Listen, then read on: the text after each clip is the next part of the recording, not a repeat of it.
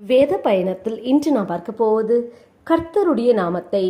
116 சங்கீதம் 17 வசனம். நான் உமக்கு ஸ்தோத்திர பலியை செலுத்தி கர்த்தருடைய நாமத்தை தொழுது கொள்ளுவேன். ஒவ்வொரு தேவ பிள்ளைகளும் தேவனுக்கு ஸ்தோத்திர பலியை செலுத்தி கர்த்தருடைய நாமத்தை தொழுது கொள்ள வேண்டும். எப்படி எல்லாம் கர்த்தருடைய நாமத்தை தொழுது கொள்ள வேண்டும் என்று பார்ப்போம்.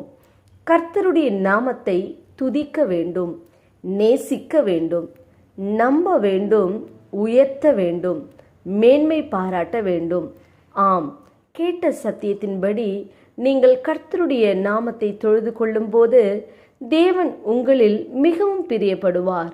நீங்களும் எல்லாவற்றிலும் களி கூர்ந்து மகிழ கடவீர்கள். நாம் ஜெபிப்போம். அன்பின் பிதாவை, கேட்ட வார்த்தையின்படியே நீர் எங்களுக்கு செய்ய போற கிருபைக்கா ஸ்தோத்திரம். இயேசுவின் நாமத்தில் ஆமேன். கர்த்தர் தாம் இந்த வார்த்தைகளை கொண்டு உங்களை ஆசீர்வதிப்பாராக. ஆமேன்.